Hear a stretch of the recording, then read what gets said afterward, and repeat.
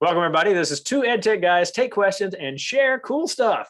Season 2. Wow, too much fun. If you're interested in the 37 episodes from season 1, feel free to find them. You can get them all on the nextvista.org site where all of our webinars live.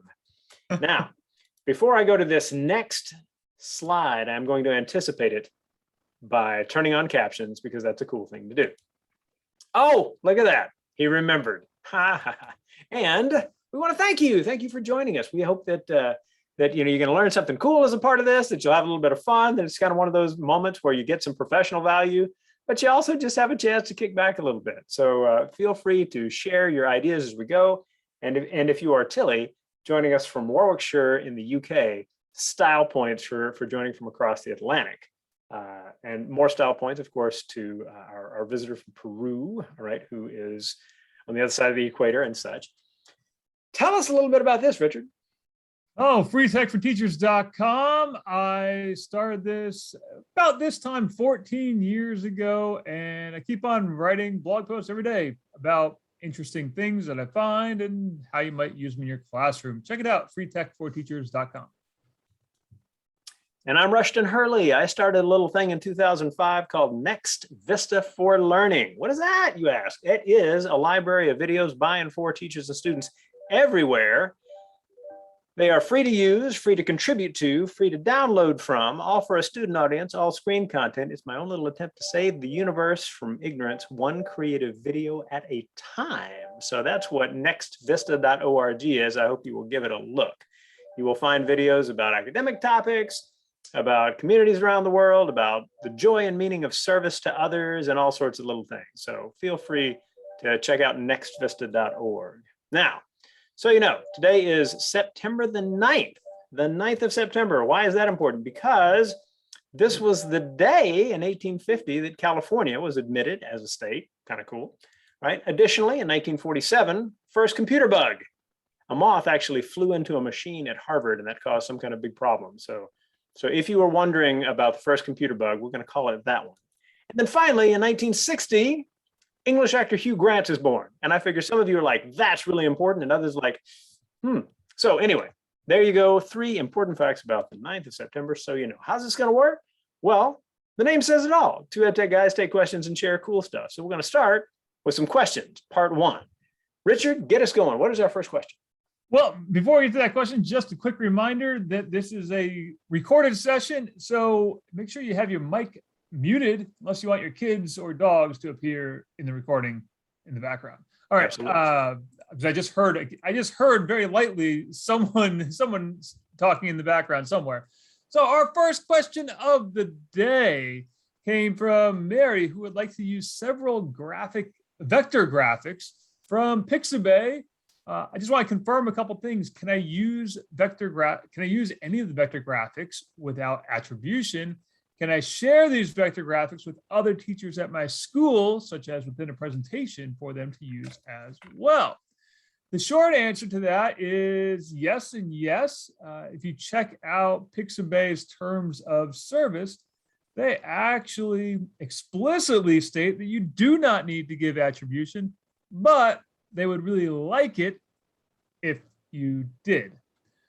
And as Rushton will probably tell you, that is the nice thing to do. I will warn you about Pixabay that if you aren't looking carefully, the first line or row of results, usually the bottom row of results, are not images that are actually hosted on Pixabay, but are actually images for sites that sell stock photography like Shutterstock. Make sure you're actually downloading video images that are from Pixabay and not from one of those external sites. So good thoughts there. Now, when you think about these newer photo sites, the last few years, starting really with the success of Unsplash, Pexels, Pixabay, you're looking at a very interesting business model. They bring really high quality pictures together typically, and that those pictures are available for you to use for free, even without attribution. But it is so important for us to help kids understand the need to cite your sources, that we should always be citing our sources. And it's just kind of a good thing to do, because whoever it is that put this together, in this case, Tingey Injury Law Firm, put this particular one together, right? You know, let folks know these are the folks who did it. And I'm providing a link back to where I found this image. And I also add the license, because that's consistent with the rules related to Creative Commons citations. Richard, take us to the second one. Our second question came from Renee, who asked us, do you have any notes on Edpuzzle? Which is a very open question. It's an open question. And yes, I do have a lot of notes on Edpuzzle. I used it a lot the second half of the 2019-20 school year, and a lot the first half of the last school year as well. In fact, I have a video on how to use it if you just want to know the nuts and bolts of how it works. That said, I do have some thoughts besides the nuts and bolts of how Edpuzzle works. One of those being to think about the type of questions that you're asking. You know, trying to get students to do a little bit more than just answer, what did you just see, but really start to think about the question, and you think about what did they watch, a little more reflection piece, or also to try to combine some knowledge from previous lessons that they've watched or previous lessons they participated in the classroom. You know, Edpuzzle is great because of that factor, where you can just check to see the kids actually watch the video. But I want to go beyond that and see, hey, can you synthesize some information? What do you think, Rushton, about Edpuzzle? I think Edpuzzle is a very cool tool. And so this basic idea that there's some video out there, and those of you who are like, you know, I've heard of Edpuzzle, but what is it? All right. The idea that you can say, here is this video from YouTube or wherever, and I'm going to set it up so that it goes a certain length, and then it stops and asks the kids a question, or the students, I should say, a question. And then they have to answer that before the video continues. That allows the system to track it, like Richard was describing, right? All of that's pretty darn cool. Anytime you are looking to use a newer technology that's got quite a few different pieces to it, I think it's very important to go to your students and to say, hey, I want to try this out. And so we're going to try this way. This is what I have in mind, but I want to know what you think of it. And if it doesn't work like we expect, please let me know right away. Often, a lot of teachers will hold back from using a new technology because they're worried they won't look like they know it perfectly, which of course they don't. Of course, right? Therefore, they're not trying things out. And it's a much better idea to just bring your students into the process of like, is this strong? Is this not strong? Why do you think? How could we make it better? Those kinds of questions to your students about the technologies you use can be very valuable. Cool. Richard, what's our next question? All right. Next question is about animation. Would you have a suggestion for a free service for second graders to make animations? So the person wanted to do them in the brain pop style of animation, and included a little link to a brain pop video that was animated. Rushton actually taught one to me, or introduced one to me in his newsletter back in June, the Wick editor. Do you remember that one, Rushton? Yeah. Yeah, I discovered it because of you in your newsletter. I think that was back in June, maybe late May. Wick Editor is a free tool you can use to make animations and stop motion. The thing that I like about it, besides the fact that it's free and you can use it in your web browser, is that you can really make it do as little or as much as you would like. If you just want to do some real quick time-lapse style video, you can do that.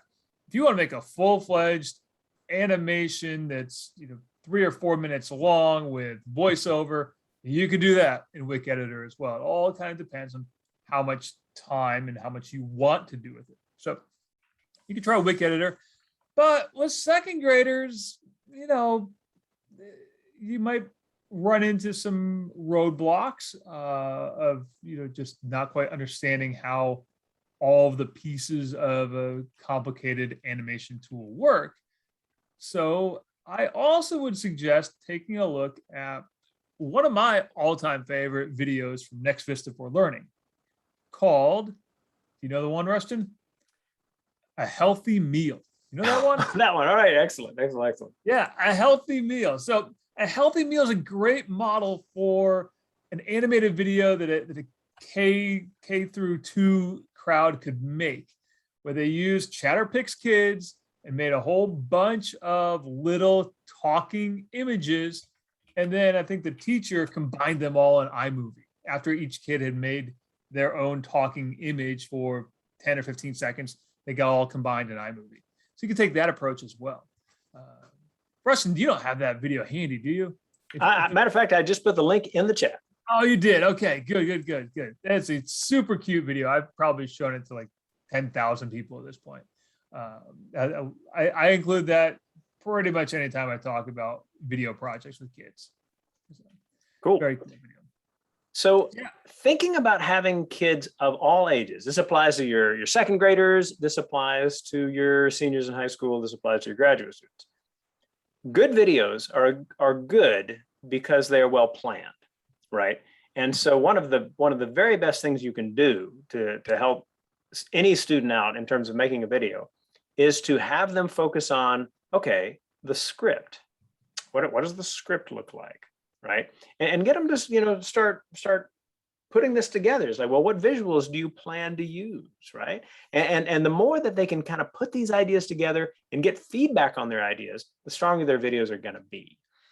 So no matter what tool you use, take them through that process of coming up with things and then showing them to others. What do you think? And then they're learning a feedback thing where the others people are saying, well, maybe you could do this, or what if you did that, or I don't know that I like this. And your job is to learn to say, oh, okay, great, and write it down. And if someone says, I don't like this, and you think, well, all right, then you just say, hey, thanks. And then you can write next to it, forget that piece. But it might be that in writing it, you come back to it later and go, maybe that's not such a bad idea. So you're teaching a process with feedback as much as you are a process for planning videos. I hope that's useful, and I hope you are ready for some shared cool stuff. And we're going to start with Richard on this one. So Richard, what are we talking about here with our fall foliage prediction map? So fall foliage prediction map comes out every year from a website called SmokyMountains.com. Not affiliated with the National Park System, just to point that out. It's just a website that someone built for tourism in the Smoky Mountains. But the website has an animation that plays throughout the fall of how the foliage is changing throughout the country. You can see where I live in Maine, and our friends in Minnesota and Wisconsin and Michigan, the Upper Peninsula of Michigan. You're seeing the colors are starting to change, and as the fall goes on, the map will color in with more and more colors. That's pretty neat. I always like it. And I always use that as my way to introduce a video project you could do with kids on time lapses. A time lapse is a great way to show a long process in a short amount of time. A friend of mine who teaches culinary arts, he used it for baking, right? Like if you try to make a video of yeast working and activating and bread rising, that'd be a long video. But he made a time lapse of it. So it's like 35 seconds of putting in the yeast, mixing the dough, and then you've got your loaf of bread. So it's a cool way to think about time lapses. And I have a cool tool that goes along with it called Cloud Stop Motion, which you could use for making that time lapse video. You could also use Wick Editor for making that time-lapse style video. Very nice. I am adding that to our links page. If you did not know, one of the things that happens after we finish one of these recordings is that I eventually, and this will be no later than tomorrow, will post the recording of the video, the slides that we've used, and a set of links that we have referenced over the course of our little show. So all of this stuff becomes available to you when you registered and got your email address in there. That allowed me to be like, good. And I can write you and say, hey, here's this stuff. It's all ready. And so you'll hear from me as soon as I get through all of the people who registered to do so. So, My Share is a new thing that my little nonprofit is doing called NVIV. Now, what is NVIV? NVIV is the Next Vista Inspiring Video. And what it is that each week we are posting a video and a story and a set of questions, right, with that video. So a little bit of, a few thoughts on the video, some questions that, that you might ask your students to discuss or to write to, or something along those lines. The idea is that gives you an activity just ready to go. So in this case, for example, this is last week's. This is the video is Pip, which is it's actually a little piece by Southeastern Guide Dogs. It's a really sweet video, and it is one that prompted at least one person writing to say, "I'm not crying, you're crying." But one of those things, right? Great little video. What I do in this is try to get from that this idea of like, all right, well, what is it that we're doing when we're trying to talk about different challenges that we have or strengths that we have, and the kinds of things that we're putting into the stories that we tell. So the one that we put out this week is one on what was called like the fascinating flying machines of the future or something like that, right? So each week we're going to be putting this out. I've just put the link in the chat. Feel free to give that a look. So with that, let's get to the second set of questions. Richard, you are up. What is our next question? All right. Well, before we do that, just a reminder for folks who are here in the live session, feel free to put your questions in the chat as well. We'll take a stab at them as we go through. This question came from Mark. Do you have, oh, sorry. Yeah, I went out of order. Sorry. Yep. Okay. So sorry. Do you happen to have a recommendation for the best screencast app for iOS? Our school uses the iPad as our main teaching device. The native screen recording app only allows you to record the screen and voice, but not a video of the person speaking. As far as I can tell, Screencastify does not have apps for iPads or other mobile devices. So Mark is correct that Screencastify doesn't have a mobile app or a specific mobile app. Loom, however, does. Loom, L-O-O-M, does have an iOS app. And I tried it out earlier this summer. It works. It's a little clunky, but it works. It's a beta product, so it's definitely got some quirks, but it does work, and you can try that. Because Mark is talking about having the speaker's face in the video as well as having the voice and the screen happening on there. So that's one option. So you can try Loom. The thing that I do, however, when I'm recording a video of an iPad application is I will mirror my iPad to my desktop computer and then record the mirroring of my iPad to the desktop computer so that I can then use Screencast-O-Matic or Screencastify or any other screencasting tool to capture not only the iPad, but also my face. Or if I wanted to do an iPad side by side with the web browser equivalent of that application, I can do that. I can kind of split the screen. So that's the approach that I take whenever I'm trying to make a video recording of an iPad application or anything happening on the iPad. And I want to have my face in it. Very cool. Not much to add to that one. Let's go ahead and go on to the next question. All right, that's pretty succinct. This one came from Kevin, who says, a teacher would like to set up an easy way for parents to share fun videos of their first grade kids doing stuff at home, sharing about their pet, showing their garden.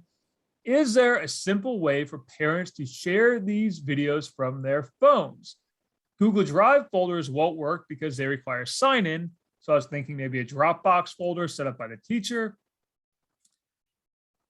My thought on this is, first of all, you want to have something you can moderate, right? The teacher needs to, especially with first grade kids, we're talking about first grade kids and essentially the parents making the video, but still talking about first grade kids, and we're talking about home environment. So we definitely want to moderate these before they're live for the whole group to see. That was my first concern. Not that a parent going to put anything intentionally inappropriate in there. I hope not, but might accidentally put in something that they want to get back. That like, oops, I didn't really like that, or oops, I showed too much of my messy kitchen or whatever. They want to get it back before it goes live. So I want to have some moderation in there.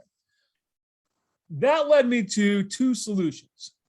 The first one being Padlet, and setting up a Padlet wall that parents can access and upload to that Padlet wall, because Padlet does have mobile apps, and of course works in the web browser as well. And then the teacher can moderate the submissions on Padlet. And then I just was reminded of this between the time that Rushton and I talked 30 minutes ago and now. Flipgrid has guest access codes. So you can set up a topic in Flipgrid and give out guest access code for parents, and then you could still moderate it. So the parent isn't going to be a member of the Flipgrid class, but they'll have an access code for that one particular topic, and then the teacher can moderate that way. What are your thoughts, Rushton?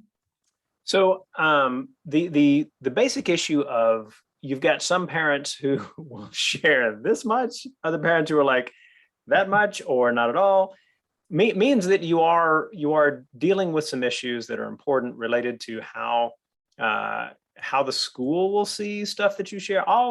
These are issues, right?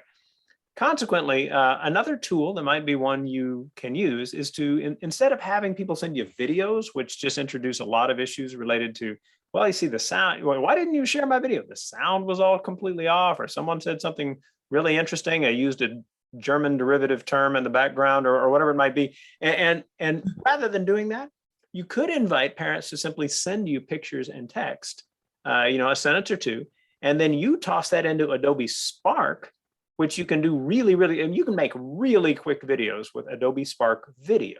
And you can just say, boom, this image, and, record and then read the sentence that they said. And that's the way a lot of schools and districts are now sharing stories of what happens in their schools, because it's so easy and they look good. So style points to Adobe for creating a tool that's genuinely free. That does happen. And allows you to really share things in an interesting, compelling way that others might want to share themselves, which is good PR. Yeah. All right, we got one more question, right, Richard? Yeah, we got one more question. One more question came from Tori, and it's a long question, but I'm going to try to get to the heart of it, which is we are hoping to find a tool like the NPR Book Concierge that will allow us to tag and therefore sort book titles. We are thinking of Padlet, but that would get unwieldy quickly. Also some sort of blog, but again, with 365 entries, not manageable for the user. Does anything come to mind that would support images, links, and tags? So they're trying to create a kind of an online book registry, if you will, or online book gallery. So one thing to think about is to think about WordPress. Right? WordPress is an almost infinitely flexible platform if you have the time or the interest to dig into the back end of it. Because you could get a WordPress template, go to wordpress.org, you can find a template, just type in grid. Right? And by the way, I kind of looked at the NPR Book Concierge website and used the inspector tools, the developer tools, to try to look at how they're formatted. And it's basically just a grid with tags and labels that you can do in WordPress. So you can use tags and labels or tags and categories, and then use a grid layout for your entries. So instead of having a linear blog style entry, you just have a grid like Pinterest or any other grid format have a grid format for your blog entries as opposed to a linear format. And then you could still have your tags displayed on the left-hand side and your categories displayed on the left-hand side or the right-hand side, depending on your layout preference, and do it that way. Now, that said, it will still take you some time to set it all up. You still will need to manually create 365 entries and apply tags and labels to them and put them into categories. You will have to do that piece. If you're thinking of trying to make a full-fledged book recommendation tool where a student says, I like books about X and I want them to be 200 pages or less, that's getting into some AI that you're going to spend your whole year trying to code. But the basics of it, yes, you can do it with the blog. You can do it with WordPress.org if you wanted to. I would add that one of the larger pieces of the context of the question had to do with wanting to share the kinds of stories that are by a more diverse set of authors or have as main characters a more diverse set of characters. And one tool that might be interesting for just looking for books along these lines is Bookalicious, right? And so Bookalicious is this pretty cool new business that's out there, you know, where what they're trying to do is to bring a lot of diversity, you know, forward, but also to organize books in a particularly interesting way. I'll put the link in the chat, and we'll of course add that to our links page. But it's kind of interesting stuff. It's not all free, but by any stretch. But take a look and see if it's something that might be useful to you. So speaking of free and useful, my guess is that if you were to win a Starbucks caffeine card, you wouldn't be upset by that. And on my little site, you know, with our newsletter, we put out a little thing where we say, here, do this to be entered in our Super Sips thing. And so each month we pass out a card, just send to your email address, things like that. If that's interesting to you, then by all means, just check the newsletter and do so. I put the link somewhere back there in the chat. You can find it. Or you can always just write me or go to the contact us page and say, hey, I'm really curious about that. And that's totally fine. Written some books. Hope they might be useful to you. If you give them a look and you're like, hey, can I talk to you about those? Happy to do so. If you and your friends are doing a book study with one of them and you want me to connect with you, happy to do it for free. No problem. Bought some books. All good. Practical EdTech Handbook. So the new version, the 7th year that I've now published this, has 75 pages. My favorite EdTech tools and tips and strategies updated for this year. So take a look at that, an expanded section on search, an expanded section on teaching programming and coding, and a slightly expanded section on accessibility tools and tips as well. So take a look at that. Sign up for my free weekly newsletter and I'll send it to you. That's all. Oh, or go to my YouTube channel. If you have a question about a tool, I've probably made a YouTube video about it at some point. So check it out. 37,000 other people subscribe to it. You can be one of them as well. And take a look at that. Lots of all kinds of cool stuff in there. And if you have questions about some of the different things that we have done as a part of this video, feel free to contact us. You can find us at nextvista.org/contact or nextvista.org/contact-us. They end up in the same place. And let us know what you think. You know, is this valuable to you? Do you have a question that you want to stick in there right now so that we can deal with it? And at our next show, which is 2 weeks from today, September 23rd, we would be very happy to have you join us on that day as well.